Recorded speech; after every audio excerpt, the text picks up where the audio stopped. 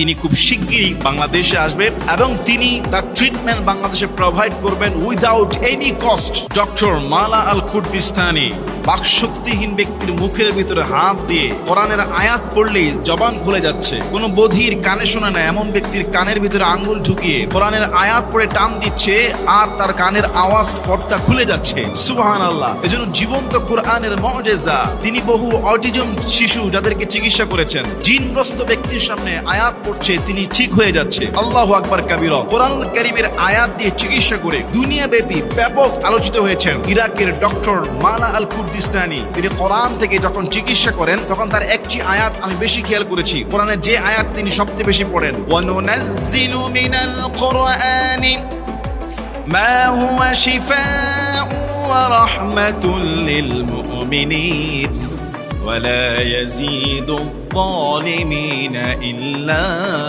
خسارا।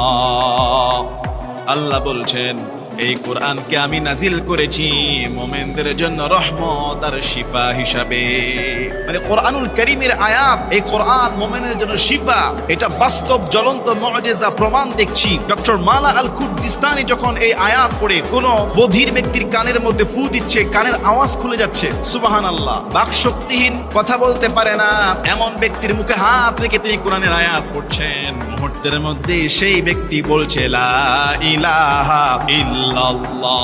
Autism শিশু, জিনগ্রস্ত ব্যক্তি, ক্যান্সারের আক্রান্ত, হার্টের প্রবলেম, এভাবে বিভিন্ন সমস্যাগ্রস্ত মানুষগুলোকে কোরআনুল কারীমের আয়াত আর তিব্বে নববী রাসূল সাল্লাল্লাহু আলাইহি ওয়াসাল্লামের চিকিৎসা অনুযায়ী তিনি চিকিৎসা করতেছেন। তিনি হলেন স্পেশালিস্ট ফিজিশিয়ান, ইসলামিক ফিজিশিয়ান এবং প্রফিটিক ট্রিটমেন্ট তিনি দিয়ে থাকেন সব সময়। জনপ্রিয় হয়ে উঠেছেন দিন দিন। তিনি ডক্টর মালা আল কুর্দিস্তানি ঘোষণা করেছেন খুব শিগগিরই তিনি বাংলাদেশে আসতেছেন এবং তিনি 28 বছর ধরে এই লাইনে চিকিৎসা করতেছেন। তিনি কিন্তু একজন বিখ্যাত আলেমে দ্বীন, ইরাকের একটি মসজিদের সম্মানিত খতিব ছিলেন দীর্ঘদিন এবং তিব্বে নববীর উপরে ইসলামিক ফিজিশিয়ান হিসেবে তিনি এটার উপরে স্টাডি করেছেন, পড়াশোনা করেছেন।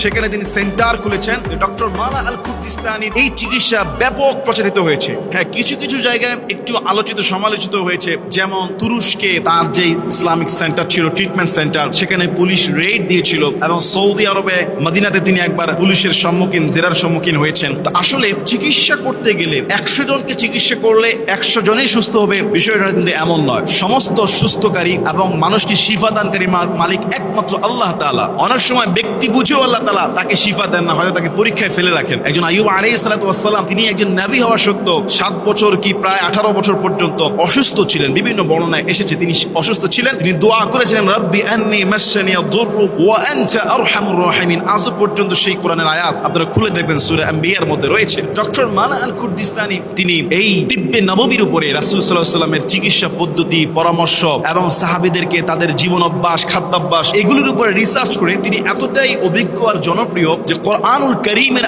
আয়াত পড়ে জনসম্মুখে ওপেনলি চিকিৎসা করছেন। ভিডিও হচ্ছে, ভাইরাল হয়ে যাচ্ছে এবং উপস্থিত বাক প্রতিবন্ধী ব্যক্তি কথা বলা শুরু করে দিয়েছে। বধির, প্রতিবন্ধী, কানে শোনে না, তারপর কানে শোনা শুরু করে দিয়েছে, হাঁটতে পারে না, হাঁটা শুরু করে দিয়েছে। সুবহানাল্লাহ। তিনি ইসলামিক মেডিসিনের উপরে 15টি বই লিখেছেন এবং ইসলামিক এই মেডিসিনের উপরে তিনি প্রায় 251 টাইপস, 251 প্রকার বিভিন্ন রকমের মেডিসিন তিনি তৈরি করেছেন, ইসলামিক অনুযায়ী ফর্মুলা করেছেন। ডক্টর মালা আল কুর্দিস্তানি তার অফিসিয়াল সাইটে ঘোষণা করেছেন তিনি খুব শিগগিরই বাংলাদেশে আসবেন এবং তিনি তার ট্রিটমেন্ট বাংলাদেশে প্রোভাইড করবেন উইদাউট এনি কস্ট। তিনি একমাত্র আল্লাহ তাআলার খুশির জন্য, শেখ অফ আল্লাহ, আল্লাহর স্যাটিসফাইয়ের জন্য বিনা পারিশ্রমিকে তিনি বাংলাদেশে চিকিৎসা দেবে। তো সেই লোকটি কবে আসবে আমি জানি না। অফিসিয়াল ডিক্লারেশন হয়েছে, কয় তারিখে আসছে, তার অফিসিয়াল সাইটগুলোতে তার বুকিং সিস্টেম দেওয়া আছে, নাম্বার দেওয়া আছে। তো আল্লাহ তাআলা যে কোরআনুল কারীম যে মানুষের শিফা, এবং কোরআনে কিন্তু আরো অসংখ্য শিফার আয়াত রয়েছে। শিফাউল লিন-নাস, শিফাউ ওয়া রাহমাতুল লিল মুমিনিন ওয়া ইয়াশফি সুদুর কওমি মুমিনিন ওয়া নুনাজ্জিলু মিনাল কুরআনি মা হুয়া শিফাউ ওয়া রাহমাতুল লিল মুমিনিন। এরকম কোরআনে আরো কিছু শিফার আয়াত রয়েছে,